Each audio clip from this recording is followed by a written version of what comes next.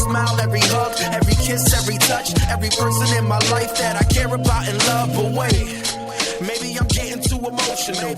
That's exactly what they say you ain't supposed to do. Suppress your feelings, never talk about your pain. Can't appreciate the sun without acknowledging it rains, right? That's right. So this a moment of clarity. And make sure you always protect your energy. You stay focused and your life gon' be lit. And you are now rocking with Celeste the Therapist. Let's go. All right. Hi, beautiful people. So if you've never been into my podcast before, my name is Celeste. I'm a therapist from Boston.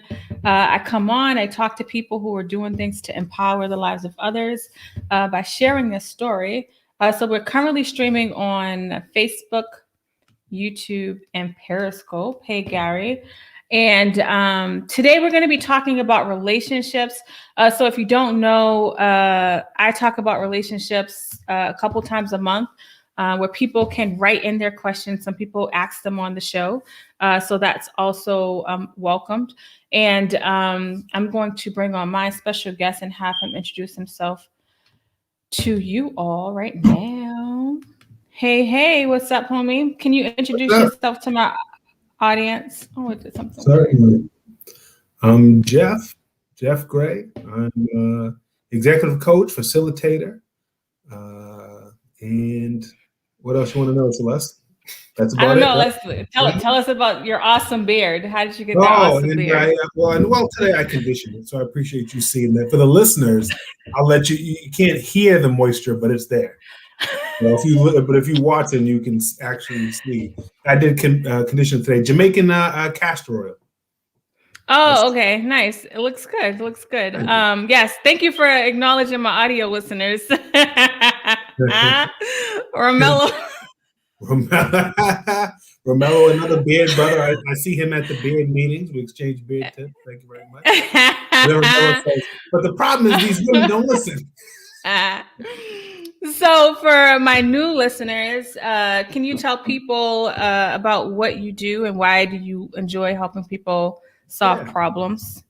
Yeah, so I'm somebody who helps people to sort out their issues. Oftentimes it's in the corporate or the business setting, nonprofit, stuff like that. But I also do work with individuals from time to time because it's really all the same, right? Figuring out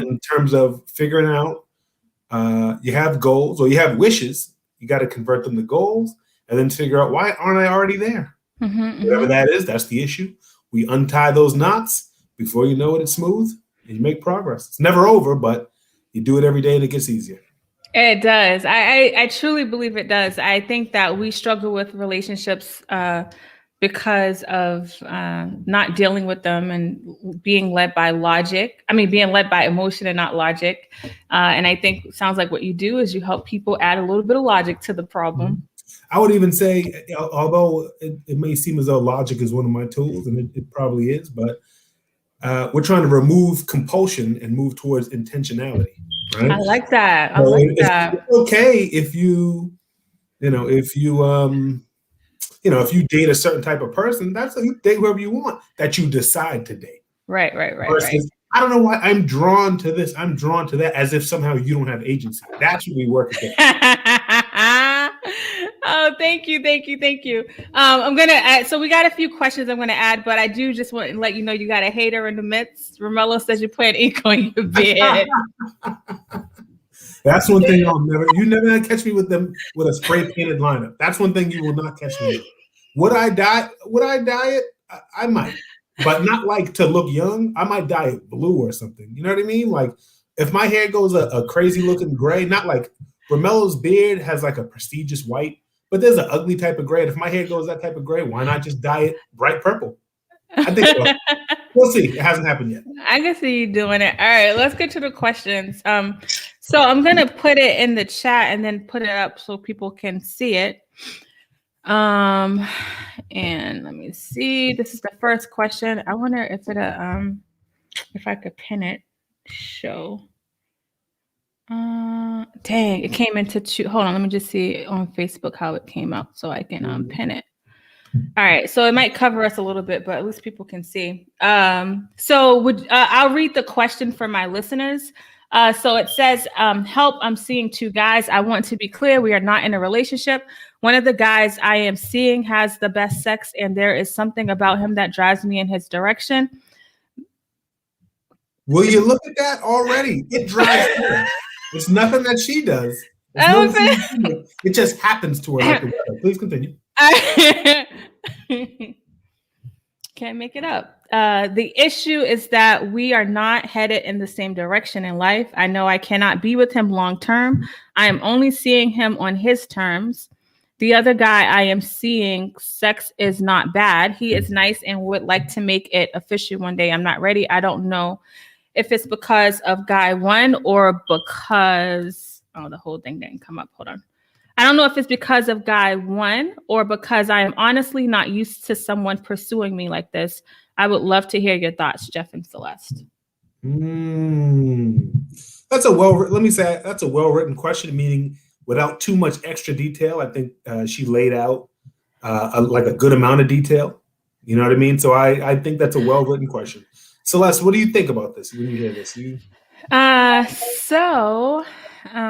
Hold on, let me just mute you because I'm hearing some backdrop. So I think that what I'm reading is that someone had wrote toxic. Shout out to Black Girls Getting Their Shift Together podcast, who's listening right now.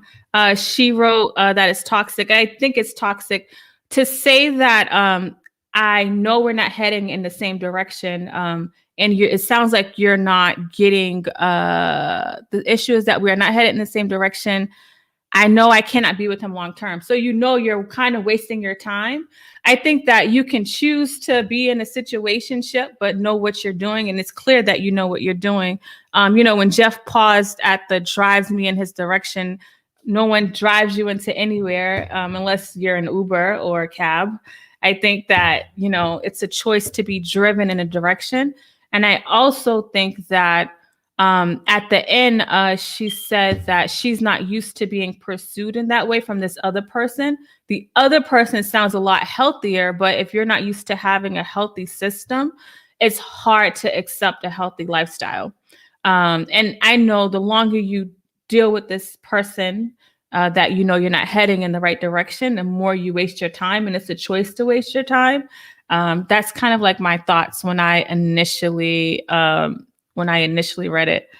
Let me just unmute you for a second. Romello says, "Stay with the sex dude, ride it out." I'm gonna ignore you. Ride it out, literally. Right. Shout out to Dorian. He's going to be on the podcast this next month. Next month. She's wilding. Pregnancy is real. Don't let worthless niggas get you pregnant. I do hear that. Toxic dick is real. That's right. And yet, every dude listening, if you're honest, do you wish you were good sex, his terms, dude, or do you wish you were pursued but brushed off, dude? Do that again. Say that again. Sorry. So for all the men listening, are you wishing? Oh, I wish I was the dude who wants to be healthy and good, but she's not sure she's ready. Or do you want to be the dude who the sex is so good that she's driven to him, but she only sees him on his terms? You can't answer. You don't have to answer. Just think about this is right. This is some of the tension that we have here. But let's operate because she's the one that wrote the question. Let's kind of operate based on what she wants to know. So you look at this challenge, right? And you say, well, okay, well, if the other guy doesn't excite you, or sometimes people will say, if the other guy doesn't excite you, then it's not going to work. But sometimes that's true. So we all agree. One guy, he's seen you, you have good sex. Nothing else seems to be good about him. And you're seeing him only on his terms, and you're not headed in the same direction in life. I'm assuming that means, madam, that you are headed up and he is headed down. It could also mean just east and west, but I don't get the sense that's what it means, right? So let's just say it seems like we all know that that's not the answer. So then why aren't you just head over heels with the guy who's plying you with affection and attention and wants to do more? That since you think that's what you want, well, oftentimes we have to be real. There's what we want, and then there's what we want to want, right? So there's what you actually want, and then there's what you want to want. So in this case, it seems like something in you wants some cowboy who shows up when he shows up, then pulls out and hits you in the forehead with his dick, and then goes home. And instead of what you want to want, which is the kind of person that apparently wants to build what I think you're implying you'd like to build. But you say, I want to build that, but I want to build it with the cowboy guy. Because what I want to do is I want to capture a wolf and then turn him into a dog. I'm excited by wolves, but then when they bite me, I get sad. Or when they want to live in the wild, I get sad, right? But a golden retriever is a nice dog, but it's boring. It's not threatening and scary and all these things. So I think that the answer, as long as you have that dynamic, you'll probably always have this issue, right? Because what happens to people who are in this situation, if you were to tame this other guy and he stands outside your bedroom one night, holds up a boombox and says, baby, I've changed. And he really did change. He would become the other guy, right? He would become the guy who now he's pursuing you. So that's kind of lame. And you can have him. So that's kind of corny, right? And so if you like excitement and thrill and kind of the threat that maybe somebody won't be with you, if you're drawn to that, then you're in a trap because the minute you get what you want, it's not what you want anymore. So we're all making assumptions when we comment on this, as well as your question is written. We can't know everything, but this dynamic is common enough that I feel comfortable saying that if someone's doing everything that you think you want and you don't want it, and then someone's doing, Romello says I sound like a hater. Right. I do. What I sound like is somebody that's, because a lot of dudes, the dream is, yeah, she wants me so much. I just show up, I blow her back out all night, and then I leave and I disappear for 10 days. But then when I call her again, in Waiting to Exhale, it's Layla Rashawn and Leon, right? Layla Rashawn's this beautiful woman in Waiting to Exhale, and dudes are trying to get at her. But when Leon calls, suddenly she just drops everything. He's toxic. He shows up every 2 weeks. This dynamic is common. Romello, you want to know the truth? How many times I've been? I've been both. I think almost every dude, well, I don't know every dude's been both. A lot of dudes been both. No one has only ever been the badass.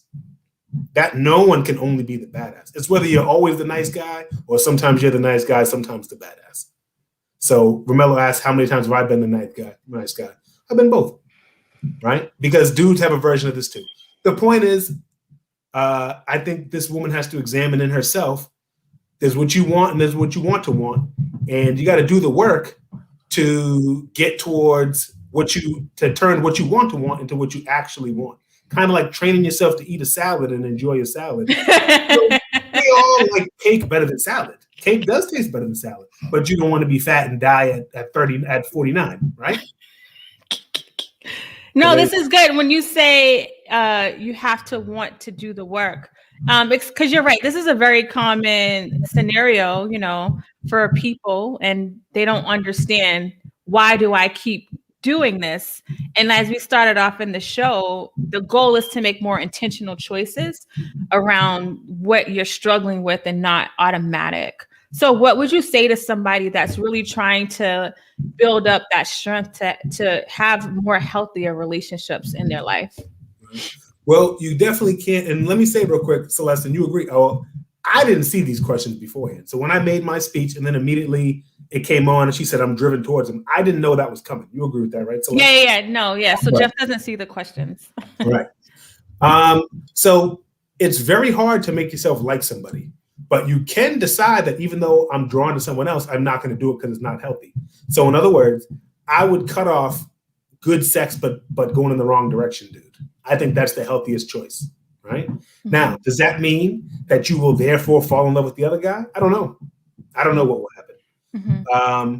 If you don't, he's doing everything you say you want, right? Maybe it's just not him. Maybe it's just not a good fit, right? Maybe you want a Camry, but not an Accord. Maybe. Mm-hmm. But if you find yourself drawn to more and more, we're just going to call them bad boys. If you continue to find yourself drawn to bad boys, maybe good men aren't your type, and that's a you problem, right? If good men aren't your type, that's a problem with you, not a problem with men. So I would work on that. Next, you could go get therapy. It probably exceeds the limits of this podcast, but you could get therapy. But the fact is, you're trying to get to, why am I drawn to things that hurt me? Shouldn't I like the things that help me? Yeah. It's a good question for people to ponder upon. And I feel like the more that we question ourselves and question the what, when, where, how, all of that, will start to get more answers. I think we know. I put up a post the other day and said that a lot of the things that we need to do feels hard, but most of us kind of have the answers, but we don't want to do the thing that feels hard. It feels hard to cut off somebody with good sex, especially if that's one of your coping strategies that you turn to relationships when you're struggling, and to implement new behavior. So I think that's important. Right. Well, if I could say one more thing about this, there's something called intermittent reward. So that gives an advantage to people who treat you poorly. And this is what it is.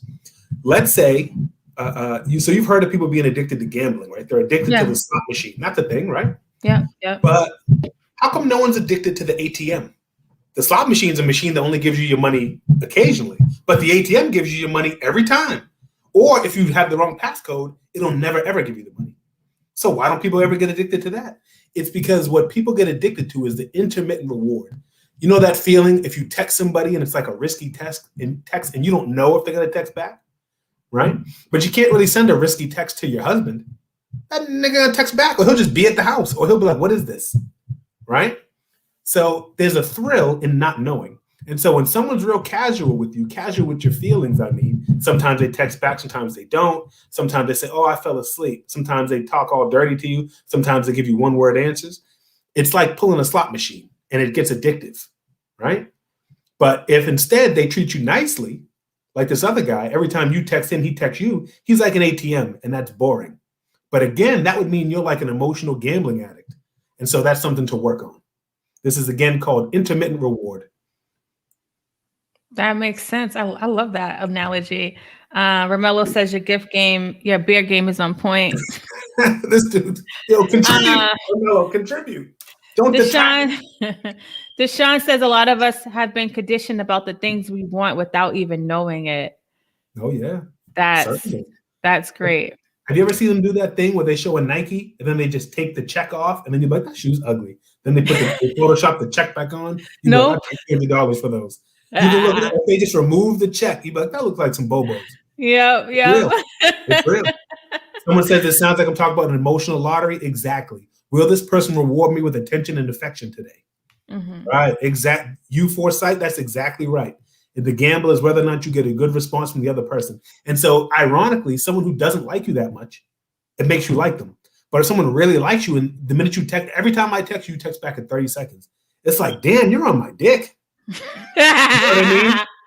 But then if somebody they don't text you back for a day, but then out of the blue, they text you, hey, stranger.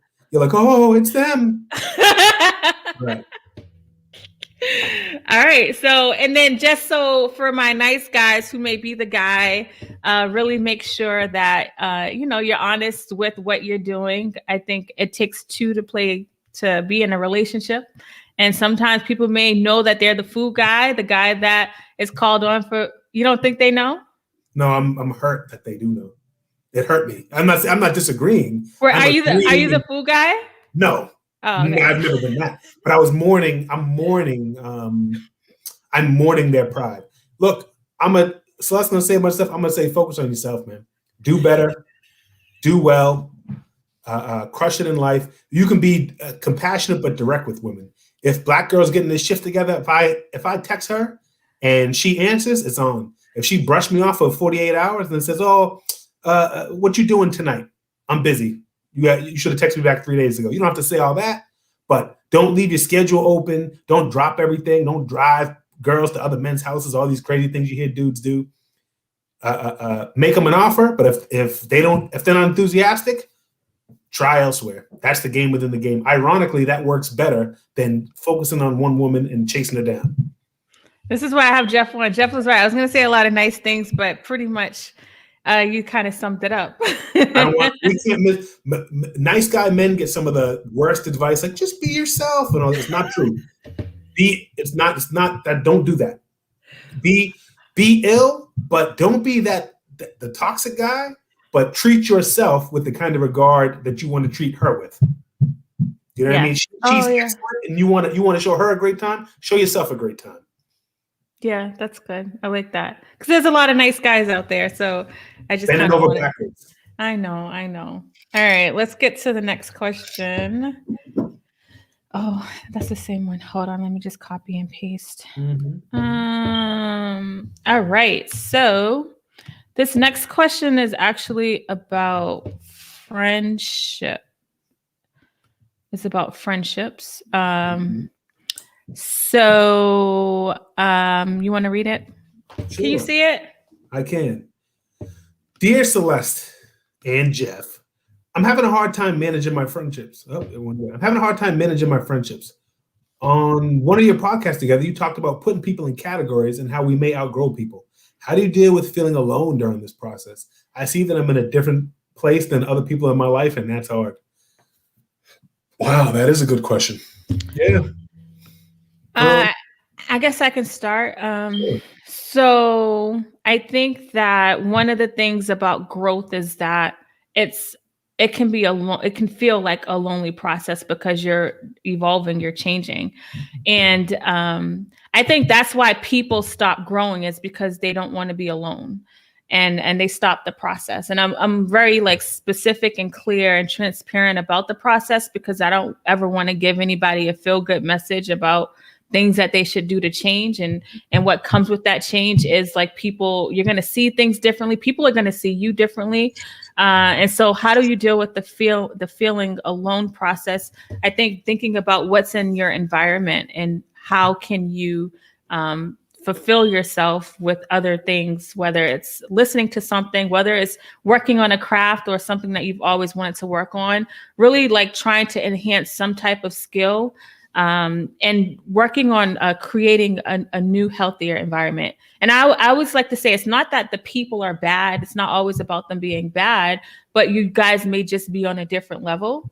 And so that's like a grieving process. I think a lot of times we only think about grief is when we lose somebody, but you can grieve a life that you used to have with people that you always thought you would be with. And I think, unfortunately, a lot of us hold on to expectations on what we think life should be like or what we thought it would be like. And then we don't go back and re-look at, like, is this working out? And a lot of people are in relationships, whether we're talking about romantic or family or friendships or even work relationships, where it's not working out, but we don't want to do the work to get to where we need to be. Yeah, I think that makes sense. I'll bring a very solution-focused lens to it. As you know, solution focus is the center of my practice, Celeste. And what I'll say is that, you know, when people are like, if you go to tell your daughter right now, Celeste, said, "Oh, you're going to transfer schools," she'll say, "Oh my God, I'm going to lose all my friends. What about my friends?" She'll never think about or can never imagine that there'll be friends at the new school. Right. That she has future friends there too. And that really she'd be gaining friends. So where we're at, we think we're going to lose everything by losing those people. But wherever you go, you're going to gain friends and gain experiences there too. You know what I mean? And so I think a lot of it is to focus on, in terms of people saying, I'm in a different place than other people in my life. Let's say you're going to get promoted at the company, but you won't be on the floor anymore and all your people's on the floor. Well, when you get promoted, you'll meet other people, because either you'll find out that you'll be with management and you'll kind of kick it with some of them, or you'll go to the annual conference and you'll meet people there, or whatever it is. Do you know what I mean? So wherever you're going, there's people and relationships to be had too. And I would focus on that. The alternative is, okay, well, I'm gonna stay poor and underdeveloped. And this doesn't just have to be financially, but spiritually, mentally underdeveloped, so that I'm gonna stay in kindergarten forever so that I don't have to meet new first graders. That's not a good strategy for life.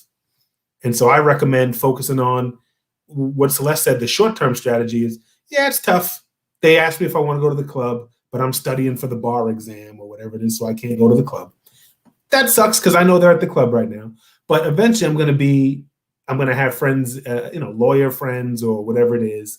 And either some of these relationships will make it, some of them won't, but I'll also have new relationships. And that's what I would focus on. Yeah, I like that. The growth is important. And I wasn't as clear as to what was happening as I was changing. I did feel lonely. I did feel like I was leaving people. But I think, like you said, like, do you want to grow, like, mentally, spiritually, financially, whatever it is? You can't do that being in a space that's not designed for you. I think you mean, so someone's saying being alone is a problem in itself and something you should not be afraid of. right? Like that idea of like being still is where I find the most clarity is when I'm still. And so, really like thinking about that, if being alone, it feels hard, like sit with that and find out like what that looks like. Deshaun says every doorway is both an exit and an entrance. That's like a Buddhist cone. That's very nice. I like it. It's stolen. In 3 years, I'll be saying that. Like, listen, here's something I invented. Every doorway is an exit and an entrance. I wrote that. Yeah, that was good. I like that. I really like that answer. Okay, we got one more question. And if you guys have any questions, feel free to ask. So this one, let me paste it in the comments. All right, I will read this one. All right. So what would be a prudent way to approach a lover who has been through trauma and convince them that they should speak with someone to address it? Trauma is expressed through restless sleeping, physical tics, and altered hygiene behavior. Person is proud to their own detriment. They will acknowledge the issue, but do not think therapy applies to them. All right. Well, let me tell you my impression of this, Celeste, so I hear this. First of all, seeing this written out as trauma is expressed through restless sleeping, physical tics, and altered hygiene behavior. Celeste, do you detect that maybe this person has some kind of background in therapy or something like that? Like, this is not a mechanic writing us. Do you agree with that? That's like a Jeff inference. Yes, sometimes. Someone writing like that, I think probably has it. So they're like very therapy open. They believe in therapy. They do it, or they work at a clinic that has it, something like that. That's a guess. That's what we're going to call an educated guess that I'm going to make. Right? That doesn't sound like a complete layperson to me. And so they know, just like in their job, maybe they're a social worker and they're going to diagnose their mate, right, or their lover, right? So how's that? What do they tell you when you go to school for therapy? For day one, they say, make sure you diagnose your family. They love it. Is that what they say? No. Right. They say that's not going to work. Don't do it. Don't go around diagnosing everybody, so forth, so on. And yet, that doesn't mean that your mate couldn't have, issues or trauma in their background. And they probably told you they have trauma. And then you see these symptoms. And they're just determined to tough it out. Well, I got an idea then. Why don't you, writer, and the partner switch lives for a month? And by that, I mean, you get to make all of their decisions and they get to make all of yours. Does that sound good? Most people would balk at that. They would say, no, I do not want other people making all my decisions. Well, guess what? That's how the lover feels. And that's why they don't just want to listen to you. So here's what I would do. Instead of starting with a solution, instead of starting with a prescription, which is what you've done, I prescribe therapy for you. I would start with, again, to be solution focused, we start with what we agree on. Like, for example, lover. Well, I'm just going to call them lover, even though that's such a weird word.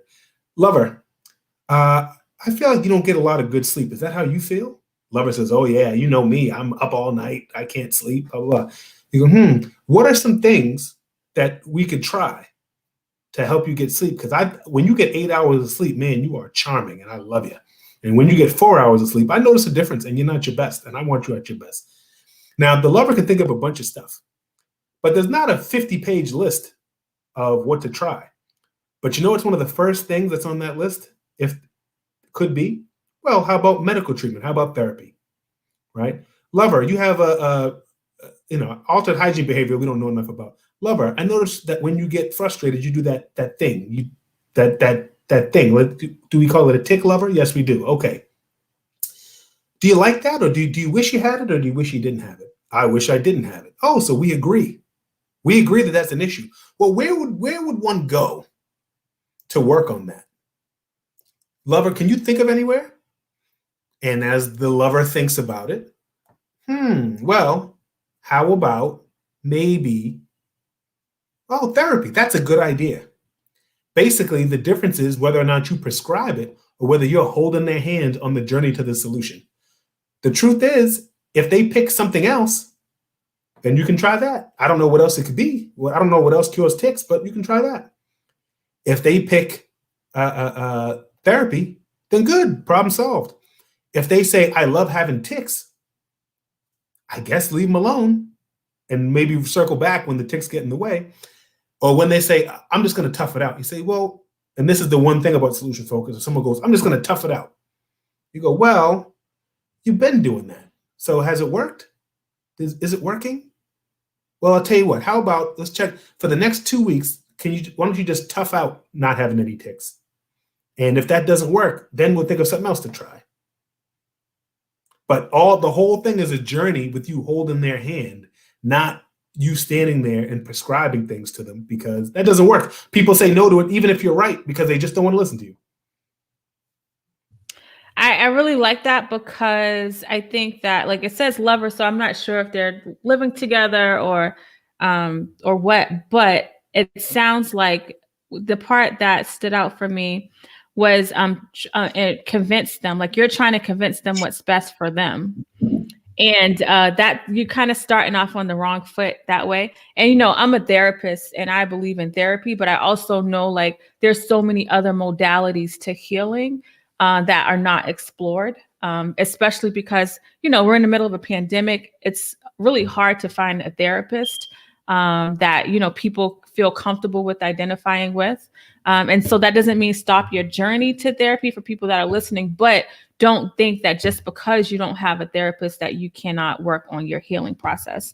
And so like the idea of I want to convince him is, or convince them is showing maybe that you're doing a little bit too much. One time Jeff said on the show, somebody that wants to lose weight and you're running behind them as they're eating their burger and stuff and saying, put that down. You here, take a salad. Like people kind of know what they need to do. And the person's proud. And I think walking them through the process and what Jeff did just now, you're allowing that person to kind of be the person that's leading the show. Like you're asking these questions and helping them see it for themselves. You know what I mean? Right. Here's something I've done with my kids before. And this is just an example. I want my son, or I think my sons should clean the kitchen, but it's not like, how you can clean up your mess, but also sometimes the kitchen just needs an overall cleaning. Like everyone did it. And I say, you should clean the kitchen. And so it's not my mess, not my mess. I said, all right, tell me who should. Tell me who should. Whoever you assign, it can be you, it can be your brother. Tell me who should clean the kitchen.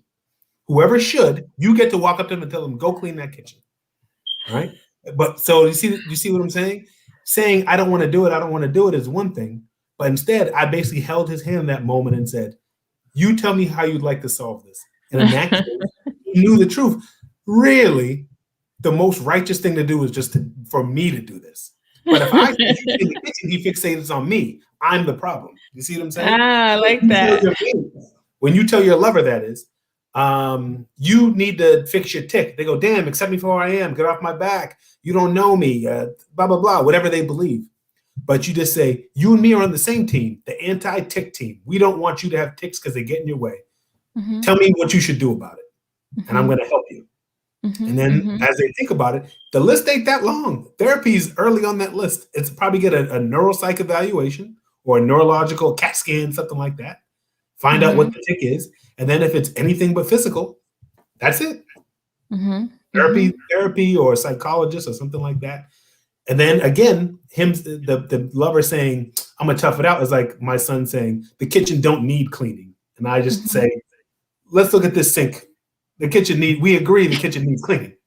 The only question is who will do it. Right. I like that a lot. I do. I like that a lot.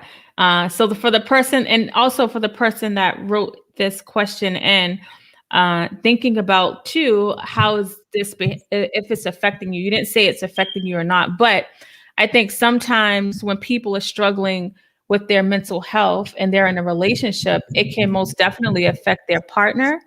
And so making sure that you're not doing more than your partner and making sure you're taking care of yourself in the process and thinking about what is it that you need, how much can you deal with, what's non-negotiable, because if that person's behavior is affecting me, and they're choosing not to do anything about it, then I have to figure out, does this work for me? Because they're choosing to stay in this kind of traumatic space. And I don't know enough, obviously, I just know what was written in, but I do want you to really think about this as you're trying to navigate, because relationships are very hard.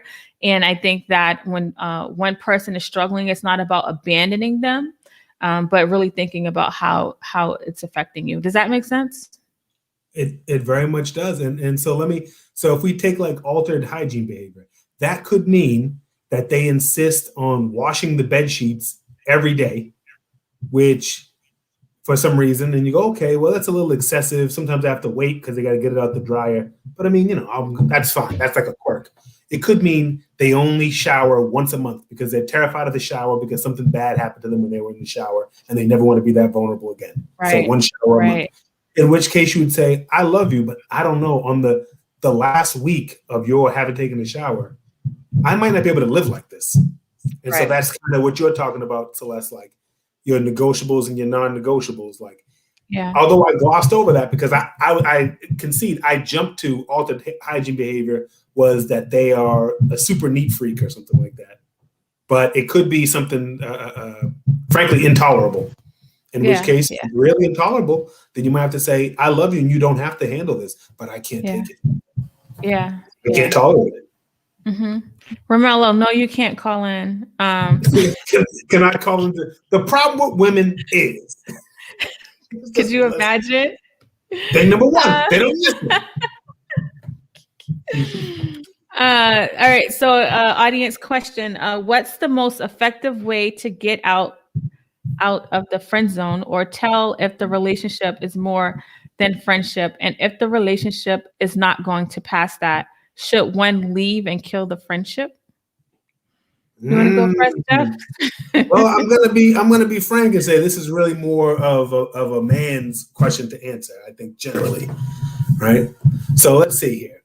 What's the most effective? What is that? Well, hold on for a second. What does that mean? This is a man's question to answer. What does that mean? I think the friend zone is almost completely populated by men.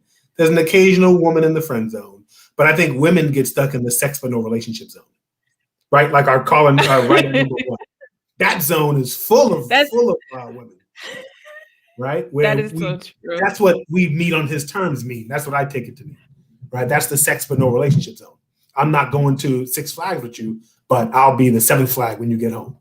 So, and don't put me on your Snapchat. Right, and don't put me on your Snap, all that stuff. Fine.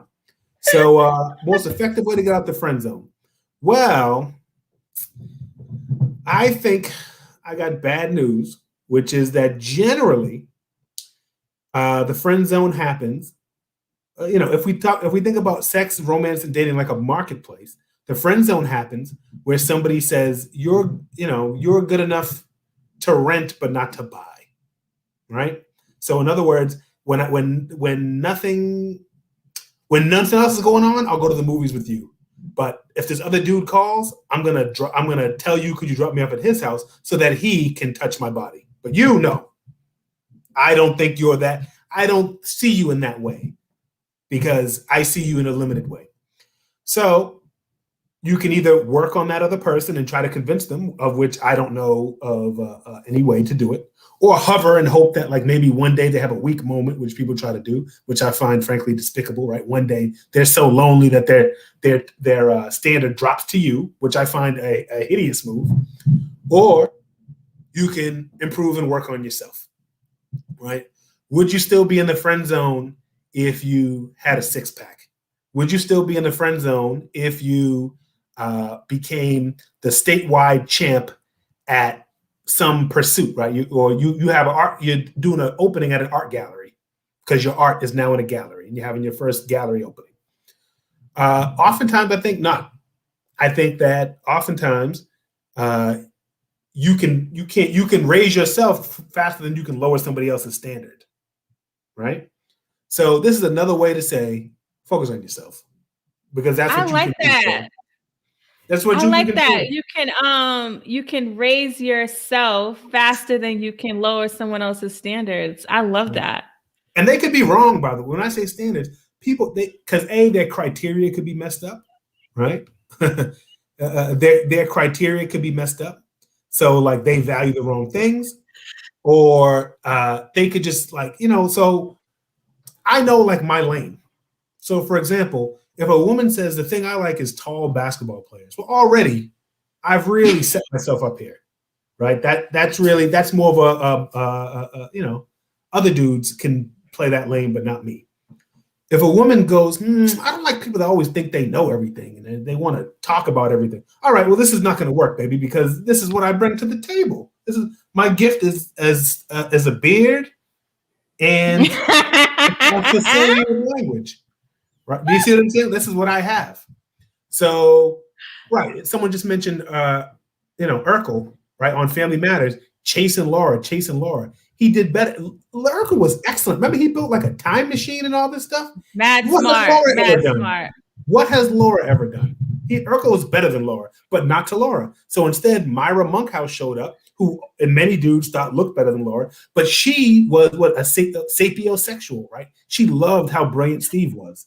So first, you got to find out in which ways you're brilliant like Steve and or become more excellent in those ways. And then some women's standard will be at your level. How to change an individual woman's mind? I don't know. You almost never see it work.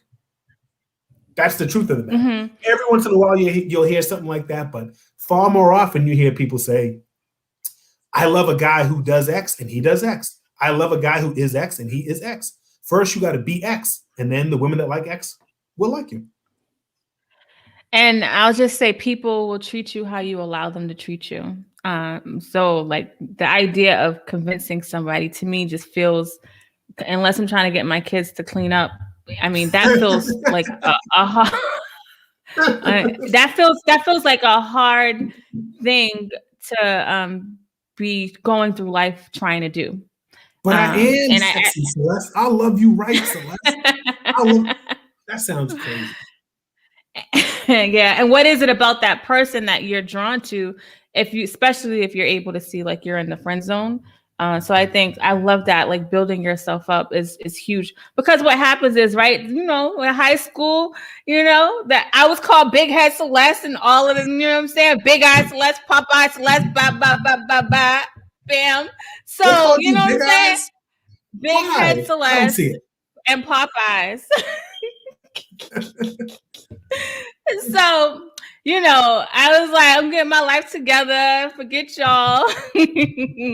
So, I think definitely like I've always been focused on myself. I didn't pay other people that much mind. I mean, I realized like it's hard for people to not do that and to want what they can't have. But for me, I leave it.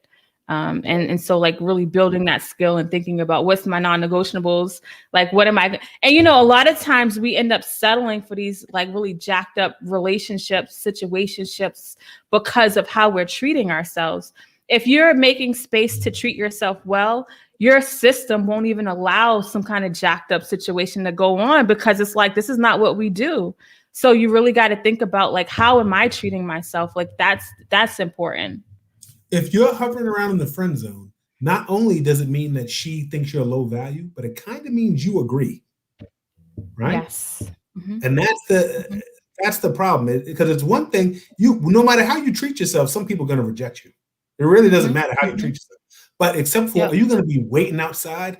I remember being young or whatever it is, and there was like college parties, and they're getting, whatever it is. And they'll like make you wait outside for 2 hours. How good is this fucking party, man? How good is it? I would never do that now.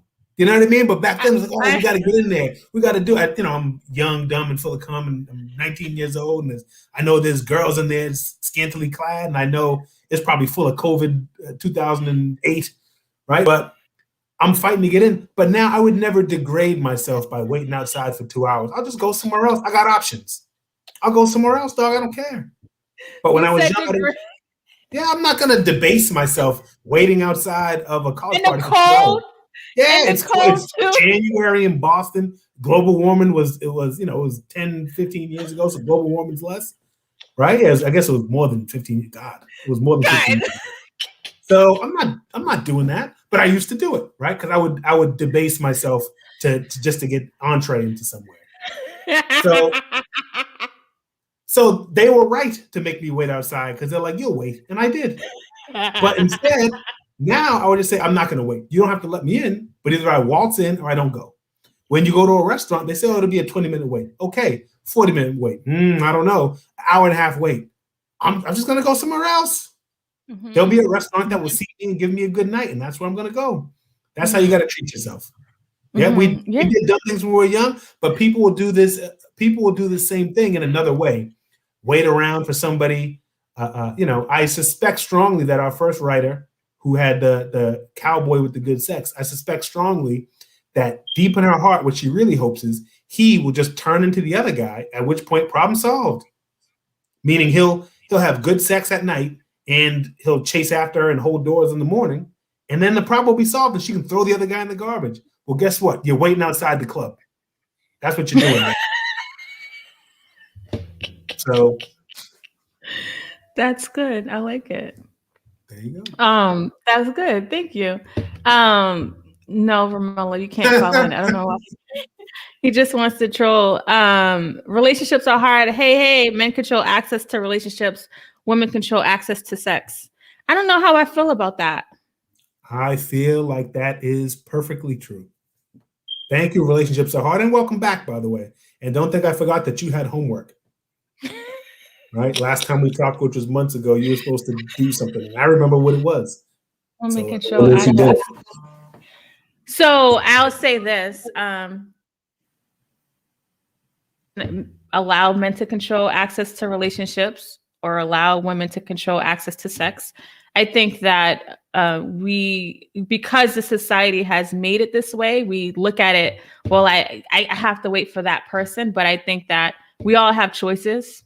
And I think we all have choices and we have to figure out what we're going to choose. And so many of us don't want to do that because it feels hard. So explain what you mean when you say that. Okay. So that, by the way, neither I nor relationships are hard invented that. That phrase predates us both. Let's think of it in a very simple way. Celeste, you've been on dates before with men, right? We're not going to get into this, but you've been on dates before with men. And that you didn't have sex with on the first date, right? Mm-hmm. But if you'd have tried, you think you could have maybe had sex with the guy? If you'd have said, yo, right. So the only reason you didn't have sex is because of you, right? You're the only barrier. If you change your mind, you would have had sex that night. That's almost all dates, almost all women go on. Occasionally, no.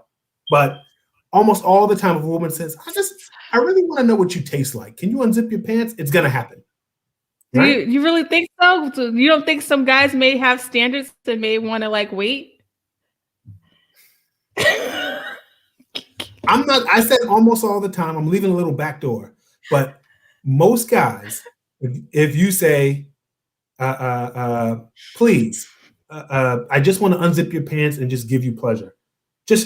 I'll tell you what, we could go out right now on the street and you could find a man on the street and you just say, I've always wanted to give a blowjob. Would you like one? And then I'll go and say, I've always wanted to eat a pussy. Would you like me to? And what do you think will happen to each of us? You understand. Yeah. I don't have to go that far. So now conversely, how many women do you know who are in a situation? I would say yes to a proposal today, but my boyfriend won't propose. He said he's not ready. We have to wait, so forth, so on. Very rarely are men in that position, right? Men aren't saying, it happens. But men aren't saying, I'm desperate to marry, but this woman won't marry me. It does happen, but it's not the standard series of events. I won't get to, but many of us know a situation where the guy is kind of reluctantly, I'm going to propose, but right. Romello says, I don't want sex from every woman I go on a date with. I'm the prize. So Romello is out here turning down blowjobs, but I'm talking, he's like the Shaft of 2021. I'm talking about a regular human being, a regular man who women are propositioning them and the men are saying yes, because that's the situation. None of the women listen to this think, I couldn't get laid tonight. There's no one in my phone who would have sex with me. None of the women are thinking that. But many of the men actually are in a situation where they actually say, I would like to have sex tonight, but I don't have any candidates. That's actually a situation that men face. But the women are oftentimes women face that. Women face that situation. No. What women yes, face they do. There's no man. Listen, hear me for a minute. Women face a situation. There's no man I will have sex with that meets my standard. But not there's no man that will have sex with me. That is never true. That's never true. But what is sometimes true is you say, I want the cowboy, but all I get is this lame who wants to buy me flowers. So I'm going to do nothing. Right? But the men are oftentimes that lame, handing out the flowers and not getting any sex in return. But then it turns around. Finally, the woman says, I like you. I want to be with you, so forth, so on. Guy, I somehow halfway turned the cowboy. Now he lives with me. I gave him my tax return. Everything is good. I'm saying, can we get married? And he's saying, soon, baby, as soon as my mixtape blows. That is a very common situation, right? And that's because men control access to the relationship, right? Where the relationship's going to go. Women are generally, once a woman likes a man, they are generally, not always, pushing for increased commitment. But men oftentimes are riding the brakes at that point. Celeste, you're a therapist all day, every day. I can't imagine you're not hearing this. That's the last. You're right. I was just trying to play devil's advocate. There's but no you're devil's right. advocate for this. This is how it works. I can't argue right now. In the Western society, this is how. In other societies, it works different. But in Western society, this is how it works. So and someone says this is women don't know what their standards are. I think sometimes they don't. Everyone struggles with that. We want the toxic D and send Urkel to get the condom. Oh, it hurts. What a painful thought. That's messed up. No sweat, my pet. That is so messed up. He goes and gets a magnum from off of Eddie's dresser to give to Laura and some macho dude. Life stinks. Anyway, that's the situation, and that's the sexual marketplace in a nutshell. It's a reduction. It's not perfect, but effectively, that's how it works. That's how you should expect it to work. Oftentimes with friends, I'll say, if a woman says I have a male friend, I will say, I'll ask them, could they pass the blowjob test? And all I mean is, your male friend, but you say, hey, can I just give you a blowjob just once? I never got to do it. Will he say no? If he won't say no, then I don't know how friendly y'all really are.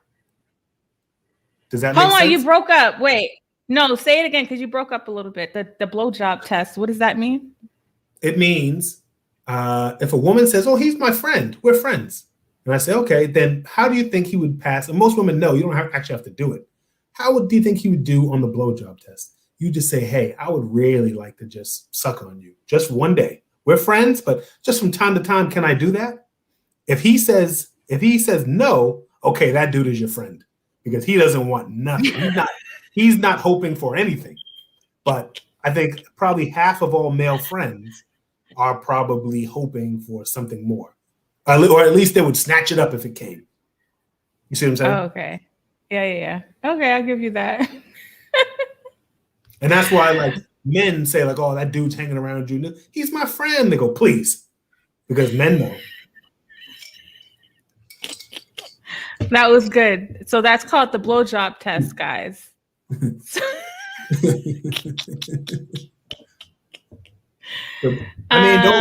actually do it because you might have to back it up. But I'm saying in your mind, you already know who will pass the test. Usually, some people might have you fooled, but you usually know, I think, who will pass that test. Yeah, no, you're right. This was, I hate Romello. Romello has said earlier. You said who? Romello asked, who turns down free BJs, friend or not? But Romello's a classic example. He might have a woman or three in his life that think, well, this Romello, deep down, he's my friend. And he's thinking, that's right, any day now. So that's the challenge is, can you really be a friend? I can tell you this about myself. Until my 30s, I was not capable of being a true friend to a woman. Now I feel strongly that I am. But in my early 30s and before that, it definitely was always I could, you know what I mean? That's how I felt. And the way nowadays I make a proactive choice where I go, if I would want to be with this woman, I would try. And if I wouldn't, I would decide that's not, I think that's how women actually look at things. But for a man, this is very unnatural. I look at it and I say, I would not. And even if you beg me, I wouldn't do it. Ramella, I can't stand you, but I'm just gonna wait. I just want to point out this point right here. You First Sight says, yeah, but if you're that friend that turns down facts, aka blowjob, that means you would be gay. And I think a lot of times, guys put themselves into the way society says they should be, which is where, that extra like feeling a need to want to sleep with everything that walks around. So really like thinking about how much of your choices. Huh? It's called I like what like me. Say, hey, I like what like me. So if she's down, I like what like me. I like what like me. So if you're a dude, so I agree I'm backing you up that's common. And I just want to be clear. I don't think anything's wrong with being gay. But I know for me, I'm telling you right now, just as such a weird example, but Celeste is the one friend I know. No matter what Celeste says, we are friends and colleagues, and that is it. It doesn't matter what she says. I don't care. It's not that she's married. She could not be married. That don't matter. We're friends and colleagues. I would pass the test. I would. So I'm laughing. So, yes, I'm laughing. Black girls getting their shift together says, wait, when Jeff knows he's dropped the gym, he strokes his beard. Well, you know what I always say. That's funny. You too. So listen, sometimes you get read. People just read you. What can you do? Silky. Okay. I got to get this show back on track. Sorry guys, I missed a lot of comments, but I wanted to I think relationships are hard wrote something. I'll read it if you want. Incels is a portmanteau of involuntary celibates, men who define themselves as unable to find a romantic or a sexual partner despite desiring one. Right. Men in the hierarchy of like sexual desirability, it goes stroke it. This is a podcast. Margaret said, Jeff, you're awesome. Stroke it. This is a podcast. Finally, I get to do what I really came here to do, which is stroke it. In the hierarchy of romantic desirability, it goes successful men, attractive women, unattractive women, unsuccessful men are at the bottom. So for that reason, unsuccessful men, right, sometimes end up as incels, right, which is the portmanteau, right, the shortening like Brangelina, Brad and Angelina becomes Brangelina. Incels is men that can't have sex because no one will have sex with them. There really isn't a huge list of women who can't have sex because no one will have sex with them. There's a list of women who can't have sex with who they want to. Certainly, because they want to have sex with Trey Songz, but they can only have sex with Trey from down the street. But meanwhile, there's some other dude down the street who would have sex with any woman, but they can't. So that's the situation. We agree relationships are hard, but you didn't mention your homework. So I know you didn't. I'm wondering if you did it.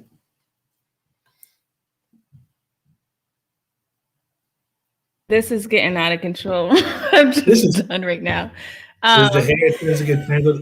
Listen, now you're speaking my language. We could have a whole nother podcast on the challenges of having a beard, the how hard it is on people like myself, gifted with beard Americans, because beards they can get quite drippy, depending on what you've just done. It's an issue. Yeah. Sorry. I don't know how we're gonna do a show live in front of a crowd. It's like I'm just such a clown and you're a clown. I don't know how it's gonna work. I can't wait. But we'll figure it out. We'll figure it out. I can't wait. We're gonna do it. This was awesome. Can you leave like my guests with some takeaways? I feel like we talked about a lot of different things. What stood out the most for you because I like to wrap things up in Mhm. in a nice bow. You know how I Yeah. do. So I'm curious about it. I think the biggest takeaway is that you have the most control over yourself. And so by making yourself excellent, you maximize your options. You don't have a lot of control. A lot of this was about controlling other people, right? How do I get out of the friend zone, aka make her recategorize me? How do I, in some way, how do I make someone go to therapy that they don't want to, aka how do I like make this huge decision and control their lives? Mostly what you can do is control yourself. It doesn't mean that you become individualistic and you don't care about other people, but you must recognize the limits. Both Celeste and I'm sure you have to go on your own journey as a therapist, as a coach, facilitator. I became stronger when I recognized the limits of my own power. I used to think that I had such good ideas in such a way with words that I would be able to make people do what I wanted them to do. And then I would just be a kind king. I would make them do good things and I would help them. It's not the case. That's not how it works. Instead, I'm like Jiminy Cricket. I have no power. I just say on your shoulder, what might help is, what you said you weren't going to, but now you're doing. You said you want to be here. So what could we be doing to get there? That's all I do. That's all I do all day. Mm-hmm. People sometimes want to disagree if I'm doing a training on white privilege and someone stands up and says, there is no white privilege. The real privilege is black privilege. I say, well, you can leave out of here believing whatever you want to believe because no one can change your mind against your will. The only thing to know is that most of these people in this room disagree with you. And if you operate under what you think, trying to work with all these people that look at it a different way, you're never going to have smooth sailing. But you get to think what you want to think. It's a free country. That's everything. That's true with your parents. That's true with your kids. Even it's called respecting people's autonomy. And if you could leave with one thing today, it would be to pull back and think about what you can do to partner with people to do a good thing instead of how you can make them do what you want them to do because you can't. I love that. Black Girls Getting a Shift Together said she will be at our live show. Nice. Romello says, come to Miami. I'll take you both out on Of course you live in Miami.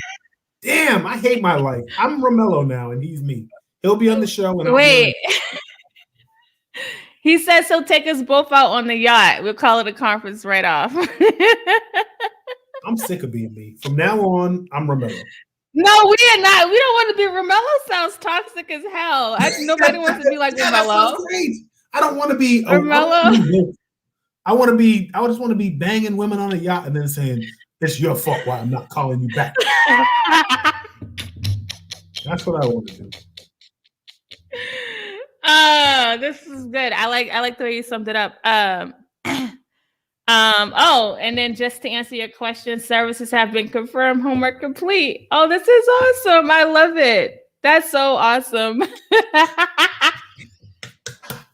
That's how you do it. That's how you do. No, I'm not watching that. Relationships are hard. As someone who wrote in before and we talked, and they have basically they have an issue about, they're somewhere on the LGBTQIA spectrum, and they're in the closet currently, and that's tough, and it's causing a rift in their own life. Not, you know what I mean? Like, how do I be myself? I want to have the relationships I want to have, but I can't tell anybody. Or how do I live out loud? I'm afraid of being blackmailed by a lover, right? Relationships are hard. I remember everything you said. And so I said, well, your homework is just to reach out to GLAAD and see if they have some kind of support group. That's it. Just see. And relationships are hard exceeded that and got extra credit. Services have been confirmed. So I was just saying, see if it existed. But I'm going to be honest. I did hope that once you noticed that services existed and they sounded good, maybe you would sign up. But that wasn't your job. Your job was just to sign up, and you did it. So you have all my respect and admiration. Your next homework is just to go to 3. Whatever the services are, if it's a meeting or something like that, go to 3. Before you decide any decisions, I don't care if you like it. I don't care if you don't like it. It doesn't matter. You go to 3 before you make a determination on what you're going to do next. If you can do that, say that you can. Otherwise, Celeste, tell us what you want to drop today. There goes that stroke. I'm sorry. Relationships are hard. First of all, thank you for listening and always like rocking out with me and Jeff. Like I appreciate the support, and I'm just excited about how this this happens a lot, right? The podcast, people listen and hear other stories, or like when we talk about relationships, and the fact that you keep writing in, the fact that you keep writing in and getting some type of shifting the way you think process happening, that really makes me excited. So I'm happy and I appreciate the support, whoever you are. Thank you. When is the live show? We gotta wait till Rona season's kind of like a little low. We gotta wait. We gotta wait till Corona go away, because we're gonna go up. I don't want no one losing a lung because they came to my show. So for that reason, they may lose a lung, but hey, they might get some relationship advice. Right. It's, when you really think about it, it's worth it. When you really think about it. So I want y'all, look forward to doing that live show. In the meantime, we're gonna do this. When's the next time we're doing this, Celeste? The 25th. The 25th. So put it in your calendar, whatever it is, 25th. We're gonna be back on, and by then, I'm gonna handcuff myself so I can't stroke my beard, so that I can't be judged by the listeners of this show. Oh, we judging now. Black Girls Getting Their Ship Together podcast. Shout out to them, pointed it out, and we judging. But if you guys really enjoy Jeff, you're gonna be on Hella Black Trivia tomorrow, right? Is it tomorrow? It's next. It's next week. Next you broke up. Next Tuesday. You want to tell people what that is? Tell people what that is. Hella Black Trivia is just my little side gig. Is that we invented Hella Black Trivia, which is what we call trivia with seasoning. So you can like us on Facebook or Instagram. Put the link up. It'll be it's a Zoom where we play trivia. Basically, we do trivia that's made with the diaspora in mind. I talk shit about you, particularly if you get the answer wrong. It's a good night for everybody. So come through. And it is free. Can't beat free. It is. There we go. So yeah. And he did one for my husband's surprise birthday it was virtual. And it was really, really good. How do you get in? So if you go to Hella Black Trivia, really the easiest way, because we don't because it's a side gig, I don't update the website as much as I could. Like it on Facebook, Hella Black Trivia. There's only one.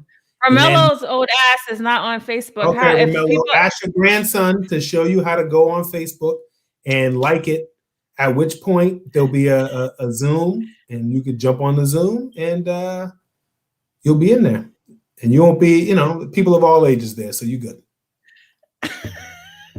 All right, dog. I don't know how to help you. I don't have a yacht, so we all got something. Yes, Black Girl Getting Your Shift Together. Like us on Facebook, Hella Black Trivia, and that's how you'll sign up. Yeah. Thank so you. people listening on the audio, if you go to the show notes, I'll have a link to their Facebook account. But just remember, it's the third Tuesday of every month. That's correct. Third Tuesday of every month. Third Tuesday of every month. And it's a fun time. It's something really, I went to the live one they had before Rona shut it down. But he's not on Facebook. Who's not on Facebook? Oh, Romelo. No, Romelo. Yeah, right. Romelo he's not on Facebook. He do got a yacht. Romelo got every toxic signal. Romelo might be the dude. He might be the dude with the good sex that doesn't he's not going in the right direction. So that actually might be him. So congrats. So if people are confused, there's 3 different I'm streaming in 3 different places. So there's YouTube, Periscope, and Facebook. So that's why some of the comments so Jeff, thank you so much. Maybe if Jeff frees up time, we can do this a little bit more than twice a month. We'll see.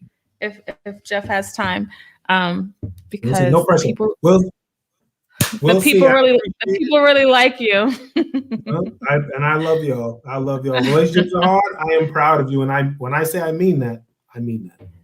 All right. Yeah, I you do. respect you. All right. I gotta be out. Celeste, I'm gone. Thank you guys. Thank you, Jeff. Bye. Thank you guys so much for. Let me just move this banner. Okay. Thank you guys so much for tuning in to another episode. And again, if you are listening to this on the audio, go to the show notes. If you've never listened to my podcast, you can find it streaming on all podcasting platforms. All you got to do is search Celeste the Therapist, and then you will find it. And I'll be back Thursday to talk to somebody else. And until next time, I will talk to you guys later. Smile, every hug, every kiss, every touch, every person in my life that I care about and love. But wait, maybe I'm getting too emotional. That's exactly what they say you ain't supposed to do. Suppress your feelings, never talk about your pain. Can't appreciate the sun without acknowledging it rains, right? That's right. So this a moment of clarity. And make sure you always protect your energy. You stay focused and your life gon' be